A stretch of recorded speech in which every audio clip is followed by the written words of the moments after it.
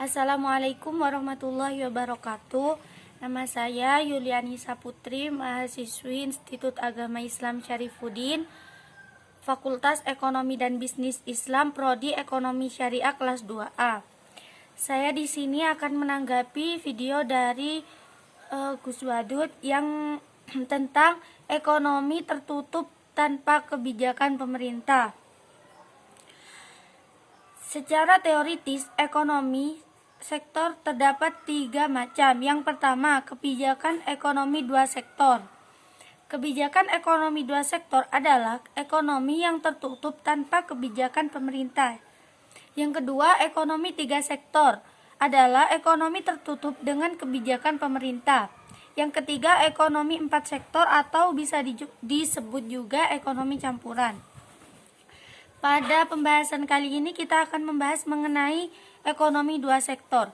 Ekonomi 2 sektor adalah perekonomian yang terdiri dari sektor rumah tangga dan perusahaan atau rumah tangga produsen. Jadi di dalam ekonomi 2 sektor itu yang melakukan transaksi atau melakukan kegiatan perekonomian itu hanya sektor rumah tangga dan perusahaan.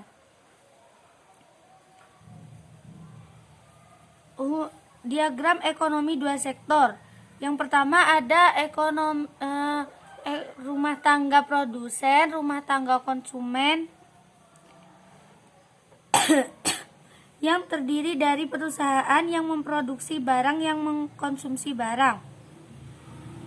Jadi ada perusahaan yang memproduksi dan ada perusahaan yang mengkonsumsi.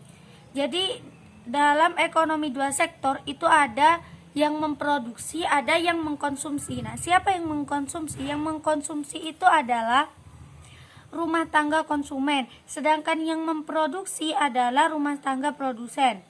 Harusnya adalah rumah tangga produsen itu menerima harga atau menerima uang dengan cara menjual barang kepada konsumen. Nah, sedangkan rumah tangga konsumen itu menerima uang dengan cara menyewakan tanah, menjual atau bekerja di rumah tangga produsen.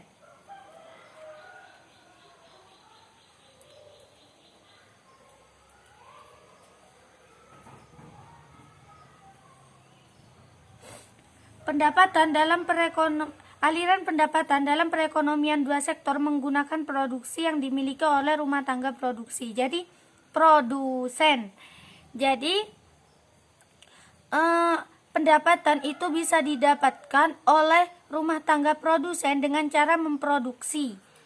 Sebagian besar pendapatan yang diterima akan digunakan untuk konsumsi rumah tangga produsen. Sebagian besar pendapatan yang diterima oleh rumah tangga produsen akan digunakan untuk konsumsi yang diproduksi oleh rumah tangga produsen. Sebagian besar pendapatan yang diterima oleh rumah tangga konsumen itu akan digunakan untuk membeli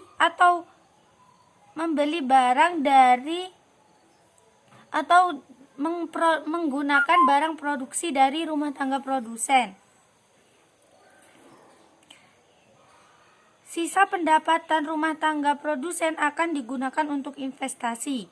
Hubungan konsumsi dengan tabungan pendapatan rumah tangga adalah faktor yang menentukan pengeluaran. Jadi, semakin besar pendapatan yang kita terima, semakin besar konsumsi pula yang akan pengkonsumsian kita terhadap barang, dan semakin besar pula tabungan yang akan kita berikan. Sekian penjelasan dari saya. Wallahul muwaffiq ila aqwamit thoriq. Wassalamualaikum warahmatullahi wabarakatuh.